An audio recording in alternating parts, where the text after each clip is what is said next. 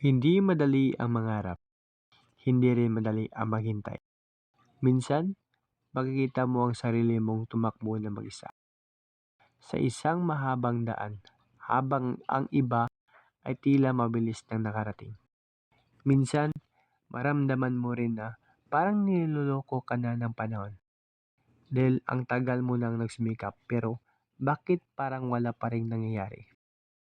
Boss, normal lang yan. Kung pakiramdam mo na iwan ka, hindi ka nawawala sa tamang posisyon. Dahil ang tunay na tagumpay, hindi nakukuha sa isang iglap. Hindi yan bunga ng swerte, hindi yan resulta sa bawat umagang pinipilit mong bumangon kahit pagod ka na at sa bawat oras na sinasabi ng isip mo na sumuko ka na pero pinili mong hindi. Doon pa lang, hinuhubog mo na ang sarili mong hindi basta-bastang matitibag.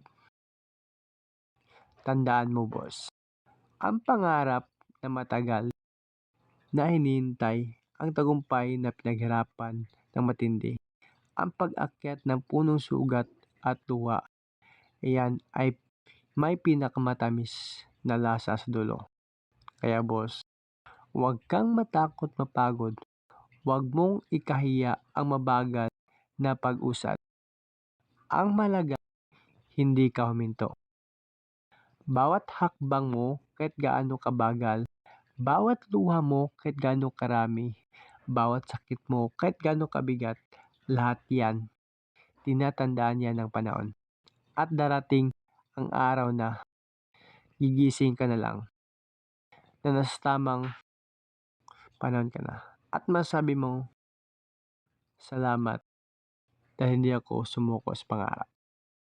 Kaya ngayon pa lang, boss, kapit ka lang at huwag kang sumuko.